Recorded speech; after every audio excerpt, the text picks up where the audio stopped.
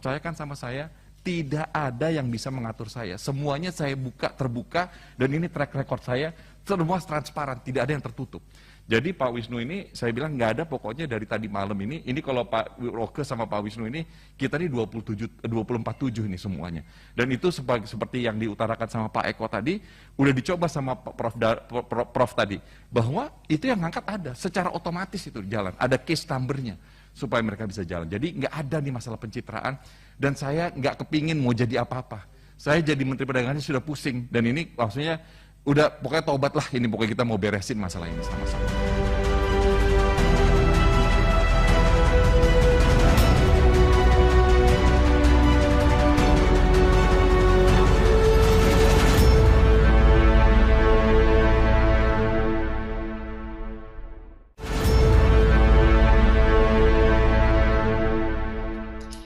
Assalamualaikum warahmatullahi wabarakatuh. Kembali berjumpa dengan saya Rizwan Arif dari Forum News Network.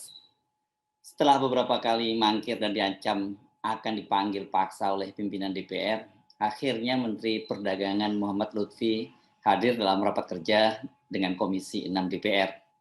Agendanya soal stabilisasi harga minyak goreng dan komoditi lainnya.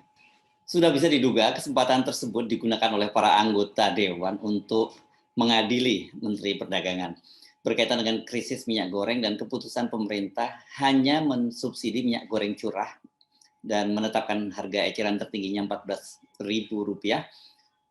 Sementara untuk minyak goreng lainnya jenis sederhana dan juga yang dengan merek itu harganya dilepas sesuai dengan harga pasaran. Dengan begitu harganya langsung melambung tinggi.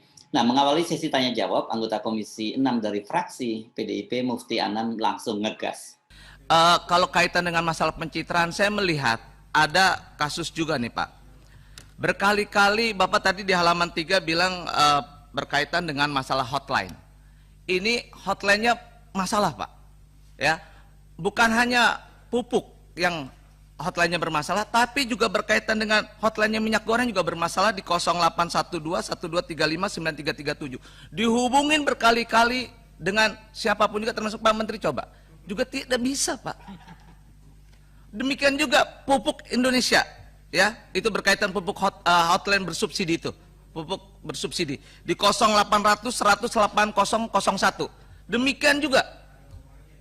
Ini saya lihat cuma ya udah tadi benar kata Mas Mufti, oh jangan-jangan benar terjadi nih yang namanya pencitraan dan sebagainya. Saya merasa sedih sekali gitu loh. Sekelas kementerian Bapak masa harus pencitraan juga gitu ya. Apalagi dibantu, disupport dan didukung oleh mitra Komisi 6. Jadi buat saya ini baru ngomong masalah hotline nih, belum ngomong DMO, DPO dan sebagainya. Ya kan? Masalah harga satu harga yang 14.000. Ini ngomong yang sepele saja, saya melihatnya nggak bisa dihubungin Pak, ya. Jadi kasihan ibu-ibu tuh akhirnya larinya ke saya juga, Mas Eko ini gimana? Saya kok ada masalah tapi nggak bisa dihubungin dan sebagainya, gitu ya. Lalu yang kedua adalah berkaitan juga dengan masalah tadi Mas Mufti juga dan teman-teman juga mengatakan membeli ke distributor akhirnya dengan harga yang mahal. Padahal kalau buat saya dengan kaitan dengan pencitraan tadi, sebenarnya bisa memanfaatkan teman-teman di Komisi 6 ini. Kalau tadi pencitraan kesannya kan negatif Pak.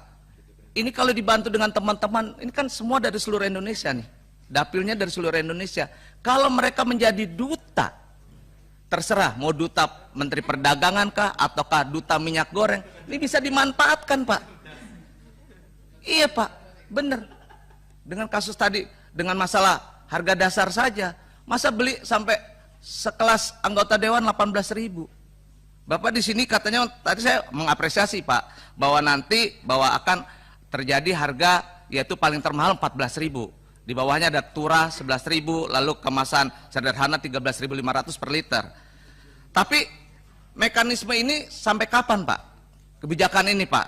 Apakah 6 bulan ataukah setahun? Karena yang kemarin 14.000 akhirnya berubah-berubah lagi dengan kondisi tadi turah 11.000 dan sebagainya. Nah, kalau buat saya kembali lagi, kasihan lagi ke pedagang kecil lagi Pak. Karena yang bermasalah tuh kan, kalau yang tadi 1.000-2.000 nggak ada masalah kalau untuk orang sekelasnya Pak Andre dan sebagainya. Tapi kalau sekelas pedagang kecil dan sebagainya buat saya bermasalah, Pak. Sultan, Mas Andre, gitu ya.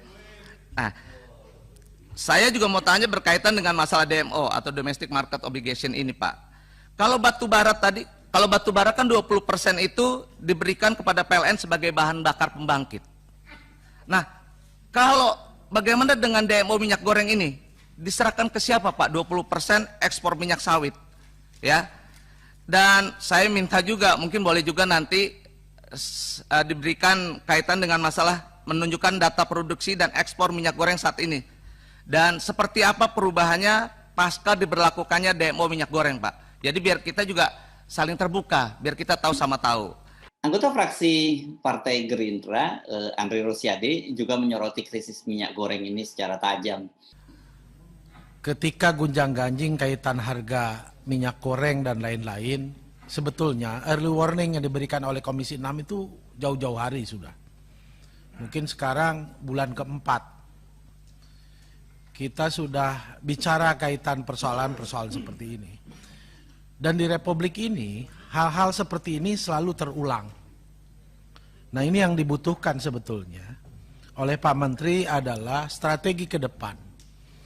Bagaimana caranya hal-hal seperti ini tidak terulang, tidak muncul kepanikan di masyarakat, tidak muncul keluhan di masyarakat, karena persoalannya adalah yang paling mendasar. Kita ini produsen CPO, salah satu produsen CPO terbesar di dunia. Mereka menanam di HGU, di tanah air Republik Indonesia.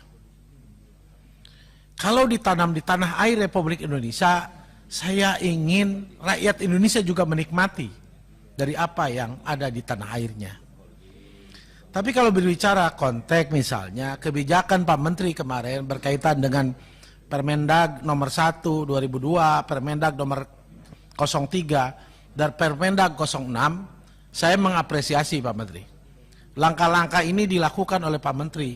Walaupun buat saya, langkah ini dilakukan terlambat. Kenapa saya bilang terlambat?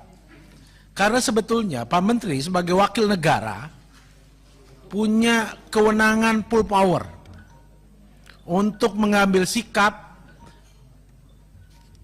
dengan kekuasaan yang Pak Menteri punya atas nama negara untuk melakukan intervensi. Yang saya khawatirkan adalah kondisi kemarin itu jadi bukan negara yang mengatur pengusaha, tapi pengusaha yang mengatur negara. Kalau negara sudah diatur oleh pengusaha, ini yang muncul adalah para kartel. Nah, ini yang saya khawatirkan. Saya yakin Pak Menteri berani dan mampu melawan kekuatan-kekuatan kartel seperti itu. Pemainnya kan sebetulnya tidak banyak. Hanya 4 atau 6 yang dominasi tentang CPO dan minyak goreng ini. Bisa dibayangkan kapasitas produksi CPO kita itu 40 juta sampai 52 juta. Konsumsi produksi dalam negeri kita itu 5,7 juta kalau nggak salah seperti itu. Artinya memang konsumsi dalam negeri kita itu tidak banyak dibandingkan apa yang mereka nikmati dengan ekspor. Mboyao gitu, buat saya apa yang mereka nikmati dari keuntungan ekspornya, marginnya diturunkan dengan diberikan kepada masyarakat kita dengan harga yang memang tidak ikut dengan harga minyak dunia. Kebijakan DMO buat saya sepakat, saya setuju dan saya mendukung. Dan ini yang penting adalah Pak Menteri, bagaimana ini mampu diawasi. Kalau Pak Menteri sebetulnya punya kewenangan. Kalau para pengusaha itu tidak mau nurut ke Pak Menteri bisa cabut tuh izin ekspornya atau mereka bisa izin ekspor mereka tahun depan, mereka bisa dihambat dan lain-lain. Atau Pak Menteri bisa bicara dengan Pak Presiden, kaitan HGU yang jutaan hektar mereka kuasai. Negara hadir Pak. Negara ada dan hadir untuk bagaimana melindungi kepentingan masyarakat dan rakyatnya. Itu yang penting sebetulnya. Kebijakan apapun sebetulnya secara teknis, saya yakin Pak Menteri lebih paham dibandingkan dengan kita. Saya prinsip datarnya, secara politik kita, saya Daeng Muhammad, fraksi Partai Amanat Nasional, mendukung kebijakan pemerintah, yang penting kebijakan itu adalah bagaimana kepentingan rakyat lebih diutamakan dibandingkan kepentingan para kelompok kartel itu.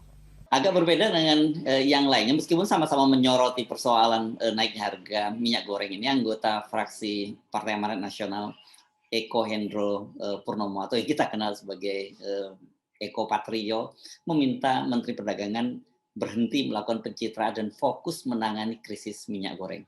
Rekan Eko Patrio, Daeng Muhammad juga dari fraksi PAN meminta Mendak bertindak tegas ini terhadap kartel minyak goreng karena menurut dia ini ada kaitannya dengan kartel minyak goreng.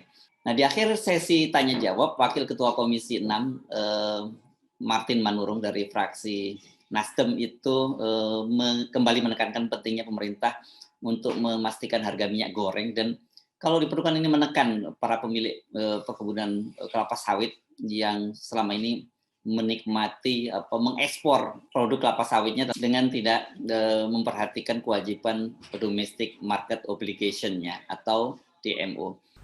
Tadi saya sampaikan di pengantar rapat, susah nih ngomong pakai ini sesak. Di pengantar rapat bahwa banyak juga penghasil minyak goreng ini yang juga penghasil CPO sawit. Dan kalau kita tahu hasil daripada CPO ini juga lebih banyak diekspor. Jadi sebenarnya Pak Menteri juga punya nih kunci untuk menekan mereka ini. Mereka boleh untung, tapi dalam margin yang lebih kecil untuk bisa berjualan di Indonesia ini. Kalau mereka tidak ikut dengan arah dan kebijakan Pak Menteri, apalagi sudah ada harga eceran tertinggi, ya coba dipertimbangkan apakah mereka boleh atau tidak ekspor tahun depan. Saya rasa Pak Menteri punya nih senjatanya. Nah yang kedua, menurut saya, selain saya ke Pak Menteri, saya juga harus bicara ke seluruh jajaran Kementerian Perdagangan, agar lebih aktif melakukan kontrol harga di pasaran, apalagi kalau sudah mendekati saat-saat di mana demand itu akan tinggi. Nah, ini yang saya lihat waktu kita rapat dulu awal-awal COVID memang waktu itu masih Pak Agus memang ya, pada waktu itu kendalanya adalah COVID yang tidak memungkinkan ya seluruh jajaran Kementerian Perdagangan melakukan kontrol harga. Nah, sekarang saya rasa ini tidak boleh lagi kita berlama-lama. Harus ada kontrol harga. Menjawab berbagai pertanyaan dan juga serangan dari anggota Komisi 6, Muhammad Lutfi berjanji akan membereskan urusan minyak goreng ini. Nah, Bapak dan Ibu, saya jamin tidak ada pengusaha yang ngatur pemerintah. Tetapi kita mencoba untuk mengintervensi pasar sedemikian rupa supaya jangan mengacaukan harga. Nah, sekarang kita pantau sudah di 15.000. Bayangan saya Bapak dan Ibu, harganya akan naik lagi, gitu kan. Nah, kalau harga naik lagi nggak ada urusan sama di dalam negeri. Jadi mereka mestinya saling membantu antara petani dan eksportir ini untuk menjalankan supaya harga tambah tinggi. Biarin saja. Jadi nanti ini yang membayarkan ini adalah negara-negara lain yang mengimpor daripada CPO kita, gitu loh. Nah, Menteri, nyela Pak Menteri, dengan 20% dari produksi bisa nggak nanti turun di bawah harga 14.000? Nah gini, ini harga tertinggi. Harga tertinggi. Nah sekarang gini, tinggal kita yang mau ngatur. Kalau harganya makin turun terus, artinya ada yang berkorban. Apa kita mau ngorbanin petani kita? Kalau menurut hemat saya, Pak Nyoman, biar aja. Ini di 14.000 itu adalah equilibrium yang terbaik. Gitu, kecuali kalau harga internasional jatuh. Kalau harga internasional jatuh, kita rusak juga ini. Karena neraca perdagangan kita ditentukan oleh kelapa sawit juga, gitu kan ya. Jadi Bapak Ibu, ini yang masalah kelapa sawit. Percayakan sama saya, tidak ada yang bisa mengatur saya. Semuanya saya terbuka, dan ini track record saya, semua transparan, tidak ada yang tertutup. Jadi Pak Wisnu ini, saya bilang nggak ada pokoknya dari tadi malam ini kalau Pak Roke sama Pak Wisnu ini, kita ini 24/7 ini semuanya. Dan itu seperti yang diutarakan sama Pak Eko tadi, udah dicoba sama Prof tadi, bahwa itu yang ngangkat ada, secara otomatis itu jalan, ada case number-nya, supaya mereka bisa jalan. Jadi nggak ada nih masalah pencitraan, dan saya nggak kepingin mau jadi apa-apa. Saya jadi Menteri Perdagangan sudah pusing, dan ini maksudnya udah pokoknya tobat lah ini, pokoknya kita mau beresin masalah ini sama-sama. Nah, bagaimana setelah diadili DPR dan Lutfi kembali berjanji akan membereskan urusan pengendalian harga dan ketersediaan minyak goreng ini? yang jelas ini kan merupakan janji Lutfi yang ke berapa kali, beberapa waktu yang lalu sangat sering Lutfi berjanji urusannya akan beres, tapi ternyata tidak beres. Nah, tapi ini kan yang jelas ini setelah ditetapkan harga eceran tertinggi untuk minyak curah dan sementara jenis minyak goreng lain itu dilepas sesuai dengan harga pasaran, itu betul memang stok minyak goreng di berbagai supermarket itu langsung melimpah. Tetapi yaitu karena dilepas sesuai dengan harga pasaran dunia, harga-harganya melambung. Jadi ini persoalan emak-emak ini memang tidak selesai dari satu urusan ke urusan lainnya. Minyak gorengnya sekarang, kalau kemarin mereka antri sampai berjam-jam untuk mendapatkan minyak goreng, sekarang mereka tidak perlu antri, tetapi harganya melambung sangat tinggi. Ada beberapa yang sampai naik 2 kali lipat. Saya Arsbun Arif, sampai jumpa lagi. Wassalamualaikum warahmatullahi wabarakatuh. Ore, giliran minyak udah mahal lagi, sekarang berjejer banyak no.